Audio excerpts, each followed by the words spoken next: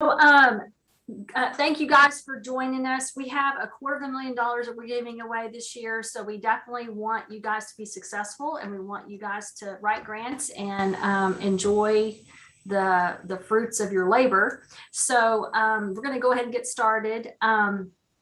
First off, one of the things that I like to help people when they're writing their grants, I really feel like it helps when you think about when you were a kid. When you think back to when you were a kid, you know, what were things that really motivated you about learning? Did you learn orally? Did you learn visually? Did you like project-based learning? You know, all those things. When I think back to when I was in school, what are some memorable moments of when I really, you know, things that I remember 50 years later about being in school? You know, what was important? What was something memorable? So think about those things. And then obviously we know that technology is always helpful these days in having that. So that being said, let's talk about choosing your project.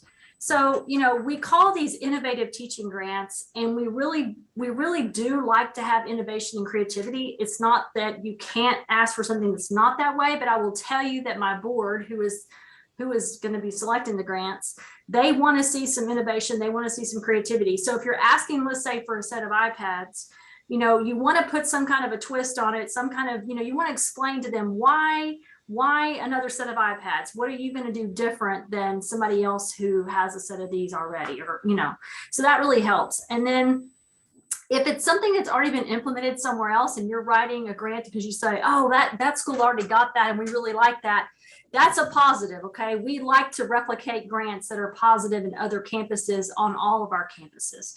So, and I'll give you guys an example about that here shortly. Again, how many students does it impact? You know, if you're a classroom of 25 and you're asking, you know, obviously you can only ask for up to $2,500. So, you know, make it impactful as much as you can. Now, some of you may have smaller demographics of special need kids or something like that. We always make exceptions for that. But just think about, as you're writing your grant, how many students is going to impact, and can it be replicated, you know, year after year. Also, don't forget about collaborating with either you know, your department or with other teachers on your campus, or maybe even teachers across a different campus. We always love to see that dynamic go on. I feel like it's always a positive. And then, oops, sorry, I got a little ahead of myself here. And then also, is it sustainable? Is it something, can y'all see this okay? Okay, I see a few of you squinting, so just checking.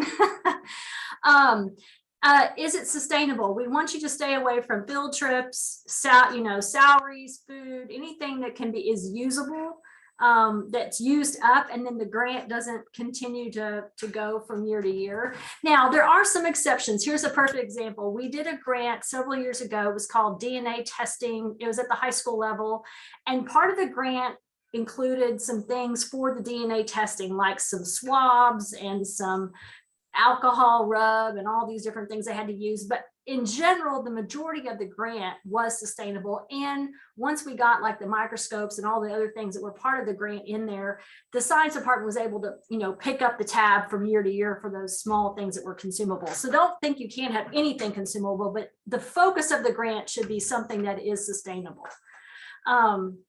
And then, of course, new technology. We love new technology, and we want to support technology. I mean, obviously, that's one of our strategic goals this year through the district. So we definitely want to come alongside that as much as possible. Although you guys are probably aware that there is a bond being that's coming up for election that hopefully we will get a lot of funding for our technology needs. Feel free to like interrupt me, or this is super casual. So if you have a question as we're going along, just raise your hand, or, you know, holler or do something, wave me down. So here's an example of some collaboration across two departments within a campus. This was a grant written by College Station High School art department and engineering department. And I love this because they came together. The art students designed the actual piece, and then the engineering students like drew it out and printed it off the 3D printers. So it was this collaboration between art students and engineering students. And the other thing that was cool about it is these students don't typically know each other or would ever hang out together. And some of them have actually created friendships across doing this whole grant, which was kind of a bonus. But you can see this is just the example that this is what they created after they all did the grant together. So something unique, you know, something fun, but they actually got to learn some things. So let's talk about grant levels. We have upped our grant levels this year a little bit. So you can do something as a club sponsor up to 1,000. As an individual teacher, we upped that from 2,000 now to 2,500. Grade level department is now at 7,500. It was at 5,000. An entire campus can now get up to $10,000. Multi-campus up to 15,000, and then district-wide impact would be 25,000. So most of you guys are probably looking at the department level, individual level, maybe a campus level, or maybe a multi-campus level. Any of those would be something that you guys are all, you know, would probably consider. Okay, so the grant application is all online, and it's through a portal called Smarter Select, and it's a very easy, user-friendly software, or I guess online software that you can use. You will need to create a username and a password for it. And the nice thing about it is you can go start your application and save it and come back to it, go back to it. And the other thing I like to do is if you'll go online and like see the questions, copy the questions maybe over to a Word document, and then fill in the Word document, and then paste your answers back into the application. I find that to be the most, because you can spell check it, and you can, you know, you can just make sure all of your grammar's correct and you didn't have a typo somewhere. And that way it gives you a chance to, you know, kind of edit it a little bit more. And I will tell you though, most of the fields in our application are limited by word numbers. So you might check that before you start writing your grant, because you might do this long dissertation over here and there's only 500 word limit. So just be cognizant of that as well. All these links, we have this whole PowerPoint's going to be posted probably tomorrow, and as well as my presentation as we're talking today, will be posted on our website, givetokids.csisd.org.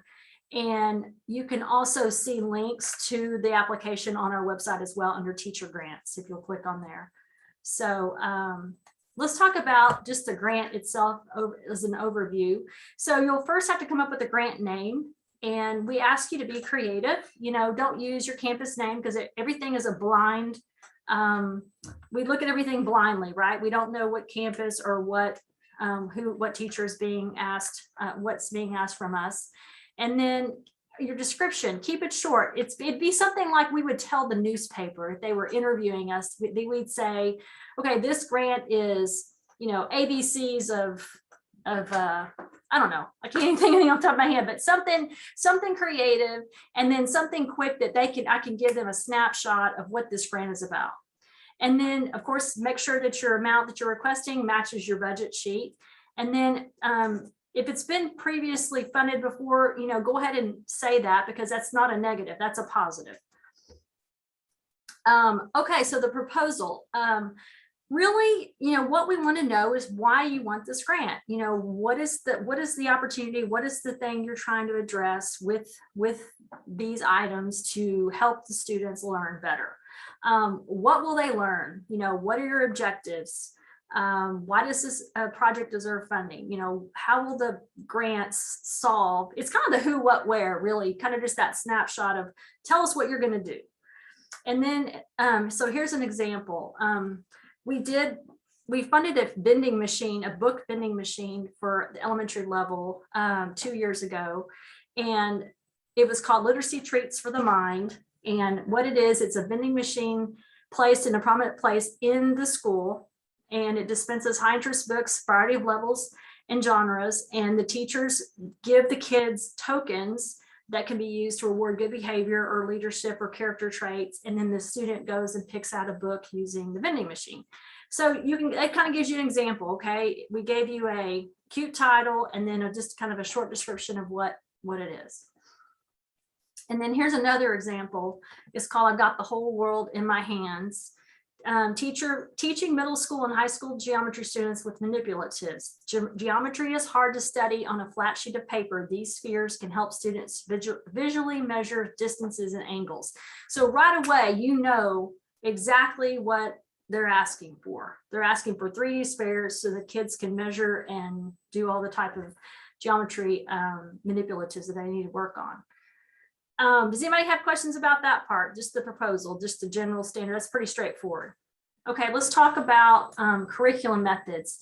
These are really just basic things. You know, what are your goals? What are your objectives? What kind of activities will engage and motivate the learning? Why is this different than, you know, why would you need this? Or how would you use this in your classroom? And then does this happen in your classroom, or does it happen outside, or does it happen, you know, with another group somewhere else on campus? So just kind of give us an idea of how this whole thing will work. And then here's an example. So this was called Making Energy a Breeze. Students will design, build, and test wind turbines and other forms of renewable energy. Students will enjoy multiple hands-on activities. They generally have a difficult time knowing how generators and motors work. Students will build something that has clear world application. They also built in a friendly competition between groups to build a better turbine. So you see a lot of things going on here. The teacher's telling us, hey, we're gonna design wind turbines, and we're also gonna talk about renewable energy.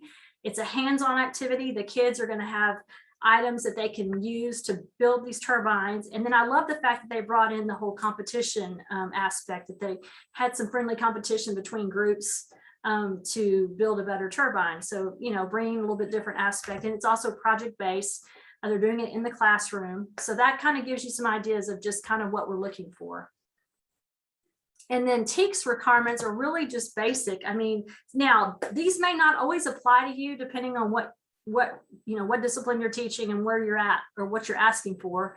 But typically, if you're a grade teacher and you're teaching math, science, English, one of those things, then you have TEKS that you're covering. And so we want to know what TEKS this kind of matches up with. And it doesn't have to be super fancy. We want you to list, by the number. Okay, like for instance, this is the Living Garden Club. They just list out the TEKS: photosynthesis, 7B, cycling of matter through living systems. I mean, it's that simple. We don't need a whole explanation. We just want to see those, because what happens is, and I'll talk about this again in a minute, we let curriculum instruction see all of these grants first, and they have an opportunity to go through and make sure, okay, they match your TEKS at your grade level, because I don't know those things. I have, that's not my background. So they make sure that everything you're asking for fits your grade level, what you're supposed to be teaching. And then they give us the sign off, and then our board members look at the grants and look at them for all the different things we're talking about. So does that make sense for everybody? Okay. And then innovation and student engagement. I feel like this is one of the things that is always lacking, especially most recently, but I get everybody is tired and overworked and stressed out. But really, it is important as much as you can to whatever you're asking for. We really want this to be innovative and creative and different for the kids, and something that's beyond what the school district is providing in your classroom. So how are your kids going to get excited about this? What makes this different than same old, computer lab? Here's an example. Like last year we funded electronic violins. So these were electric instruments, and they offered a unique opportunity to the kids to be able to play an instrument that was electric, that is typically just a string instrument. And so it brought in modern technology, contemporary music, and it gave them just a completely different opportunity to experience something different than they would have if they were, just always had the same string instruments. So that's kind of what we're talking about. We took something that was really simple, basic orchestra. It's been around forever, for years. And then we added something, different that gave them a different view, a little different excitement, different types of music that can be played with these instruments. So I felt like that was a good way of showcasing innovation. Does anybody have any questions about that? Because I feel like that's one of the hardest aspects about this whole grant thing, because it's hard to come up with something sometimes that's creative and innovative. You're just like, I need some iPads, I need this, and so it's hard to sometimes always put a twist on it that's yeah, Melanie. Okay, so kind of the idea that my team and I had, so I'm a kindergarten teacher, and with this reading academy and the CSISD strategic design, like the engage um, one, we're kind of looking at doing something for a phonological awareness type thing. But we're not going to be needing like these big pieces of technology or anything, but we're wanting more multi-sensory um, gadgets and everything for the kids to use, just like whisper phones and things like that. Is Okay. that innovative and Yes, I engaging think so. enough? And I think Okay. the way you explain it, you explain to them, kids are limited in their ability to, I don't know what, have sensory options to the way they're learning, or, what I'm saying, however you want to Uh-huh. explain it. But I would definitely just make an explanation of why you think those are important tools to have. Does that make Okay, so it doesn't necessarily have to be innovative, like we want this program for this iPad and this and that. Like it doesn't have No, to have the technology computer aspect. no, it doesn't have to be technology based. I mean, Okay. they love books. My board we buy books every year for kids. I think the big thing, like for instance, one of the actually Aaron Hogan he's actually in the process of writing a grant, I think, to the foundation about books that are more inclusive, having different lots of different races and a lot of different backgrounds, and so that when a child can choose to read a book, they can see themselves in that book, right? Everybody is not 5'5", white and female. you Yeah. know Okay. so something like that. So that's, you just have to explain, okay, it's books, but this is why we want those books, because we want to see Hispanic, we want to see Black, we want to see Jewish, we want to see, all the different things that our culture is made up of. And so when kids read a book, we want them to have an opportunity to see themselves in that book. Okay, so just kind of telling like the modern and why it's innovative, like Yes. giving your reason. Okay. Yeah. Thank you. Okay. All right. So Can I ask- here's, Oh, yeah, go ahead. sorry. Say the question. I came in a little bit late. I had been told if we want technology, do we have to get that approved through? Yes. Okay. Yeah, so if you want technology, I'll talk about that. Actually, wait, give me a second and I'm going to cover Okay. all that, and I'll show Okay. you what you have to do. So part of the application is evaluation and follow-up. So again, you've got to have a way of showing and evaluating, was this successful? Like, how am I going to show that this is going to help kids with their reading? Or how am I going to, am I going to do a pre-test and then a post-test? Or am I going to do maybe have some surveys involved? Am I going to, interview the kids? I mean, depends on what your grant is about, but you have to have some kind of set criteria a way you can evaluate your grant. Does that make sense? And of course, we love follow-ups as well as with pictures and any kind of video or any kind of testimonials you'll have. We love all that because we love to throw that out on social media, and we love to share it with our donors. So here's a perfect example of a way somebody followed up. So this was the hop, skip, and jump painted playground at South Mill last year. So the teachers got together and painted all these different things on their playground. They had maps, they had games with balls you could play, they had reading with colors, they had word affirmation pass, sensory pass, and then the teacher actually used a Google survey to survey the teachers across the campus to say, hey, how has this helped your students with outdoor engagement, kind of bringing in learning to the outdoors. And so I thought that was a unique way of, having a way to follow up with your grant to see how successful it is. Another thing that we also ask on the grant, and this is definitely not a negative if you can't involve this, but we give you this opportunity to include it if it fits, but how you would bring in your school or community, to involve them in the grant. So for instance, if you had, let's say you needed $9,000 and we only can give you $7,500 for your group, well, could you get the PTO to pitch in 1,500 to kind of, make up the difference there. Or let's say, for instance, there was a grant, gosh, years ago that Oakwood wrote for, it was an after school, well, it was kind of during school, but after school media club. And they wanted to bring in radio, TV personalities. They were going to bring them in like to basically lecture to the kids, bring different ones from different places. And so that's that's an example of how you would include your volunteers in your grant to, just utilize their expertise. Again, if you don't have something that relates to this, just write NA, and it's not going to be held against you or docked against you if that's not something that, fits your grant.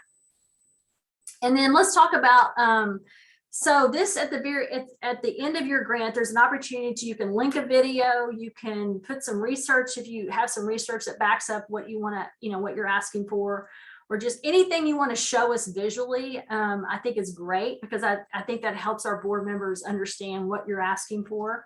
So, if you have a link to a video or a link to the website of what you're buying or what you're going to use, especially if it's something really unique that we don't know what it is, like the VR goggles, that was like a new thing a couple of years ago that people are like, what's a VR goggle? So it was great to have that link to go be able to see what that was. Okay, so budget sheet. So part of your grant, you're going to include your budget sheet. And again, just be realistic, be clear. You will have to use approved vendors, and you will need to get quotes from through Eduphoria if you're, using certain things that you need to find out how much they cost. Amazon is definitely on the vendor list, by the way, but I would encourage you, if you're buying certain things, to go to some of the other vendor lists, because sometimes you can get a better price than Amazon. There's the link to the vendor list is right here, so you can just click on that. It'll take you to all the different approved vendor lists. And then don't forget about shipping. That sometimes happens. Sometimes shipping's free, so it's not a big deal. But if you have to pay for shipping, that's part of your grant. You have to include that. And then again, just keep in mind your student to ask ratio. You don't want to ask, $5,000 for 4 students. You get the point there. And then we also say sometimes partially funded grants can occur. Sometimes we see a grant, we're like, wow, that's really a good idea, but we're not sure we can. It may not have ranked as good as some of the others, but we really liked it. So we may partially fund it because we may just run out of money. That's what typically happens. It's not that we don't love most of the grants that we get. Part of it is we just run out of money, because usually we get asked for, twice as much as we can award. So don't take it personally if you don't get your grant funded. Sometimes it's a matter of, it gets ranked, and then if it's not, it doesn't make the cutoff, it's not that it's not good. It's just, you got a lot of other great things that are competing against you. So here's the technology approval deal. So if your grant involves anything to do with technology, and what that means is computers, software, any kind of like laptop, iPad, iPod, anything that would be, physical hardware and or software, you definitely have to have a technology approval. And we do that because technology manages and helps maintain all of these things for us as well. So you would definitely need to get a quote through Eduphoria. And then once you get your quote, you need to submit it to David Hutchinson for approval. And please, get it to him by Friday the 24th, because otherwise it's hard for him to turn it around in time as well for us to get it all processed. So don't wait till the last minute if possible. Does anybody have a question about that? Okay. And then also we started, why can't I go down here? We just started doing, we've done this the last couple of years. We have now a facilities approval. So if you're going to do anything that's going to change the grounds outside, or something physical in your classroom, or something that has to do with facilities, we really ask that you get a facilities grant. Mostly has to do with the gardens or something outdoor classroom or outdoor items. Same thing, you'll need to submit a proposal to Renee Ramirez. And I will tell y'all, they're very helpful and they're really easy to work with. And they usually will do the free labor for whatever you're trying to do outside. They won't even charge us for, putting the stones in or whatever you're needing to do. And then he will sign off on that. And again, don't wait till the last minute on that as well. And then the criteria sheet. So this is kind of how you guys are graded. I did tell you that initially your grant goes through the curriculum instruction people, and we give them, whatever your grant is pertaining to. It's like, for instance, if you're writing a grant about literature or English, then Aaron Hogan would see that grant and he would have to sign off on that. And then it all gets put back in the pot, and then we divide up the grants to our 30 board members, and they each read about however many, last year I think they each read about 25 grants each, and they rated them based on program design, innovation, how many kids were impacted, how compelling is the need, and then the budget, looking at the budget as well. So it's kind of an overall, you don't get graded on all these little things individually. They pretty much say, yes, I love this grant. Yeah, they say, I love this grant. Okay, yes, it's a good grant, or it's an okay grant, or no, maybe just partially funded, or no, I don't like this grant. So it's not a huge, we're not grading you on each little aspect of the grant. We try to make it a little more simpler, but we do ask them for feedback. Like, for instance, if they say, yes, I love this grant, we want to know why. Or yes, I hate this grant, we want to know why, so that we have some feedback to share back with y'all as well. And sometimes we have really conflicting people.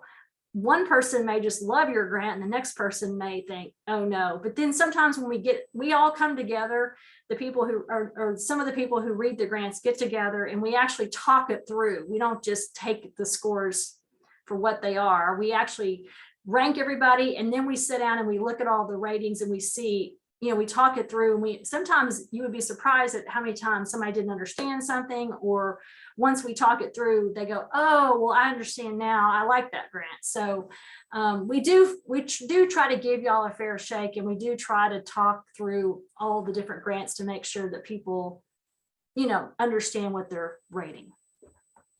And I know that makes it hard sometimes for y'all because you're teachers and these are not teachers.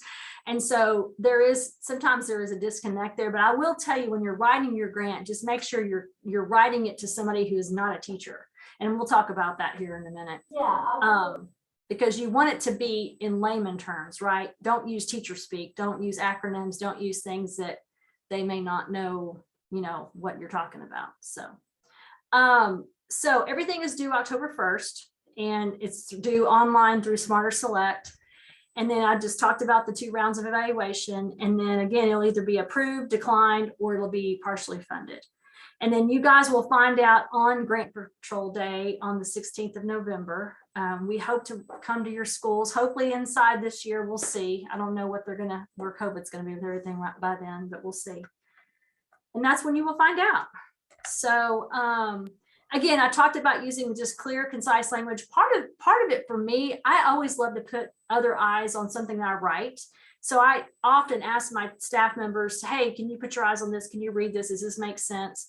I would suggest you get a coworker or your spouse or somebody who's not a teacher to read it and just make sure they understand what you're asking for, and make sure you haven't written something in there that you would just assume that they would understand. And then yeah, I think we talked about all that. That's really. I have a question, Teresa. Yes. When, partially funded grants are happening, so what would you recommend on asking if the first thought was flexible seating with elementary having it done. I think we forget as we get older. And it can be, and we can, this could be beneficial throughout the whole campus. It can be just in a special ed, the special program, collaborative space, the co-teach, the fundamentals. So how do you recommend what we should say? How do I to ask for a budget? Because in that case, it could be,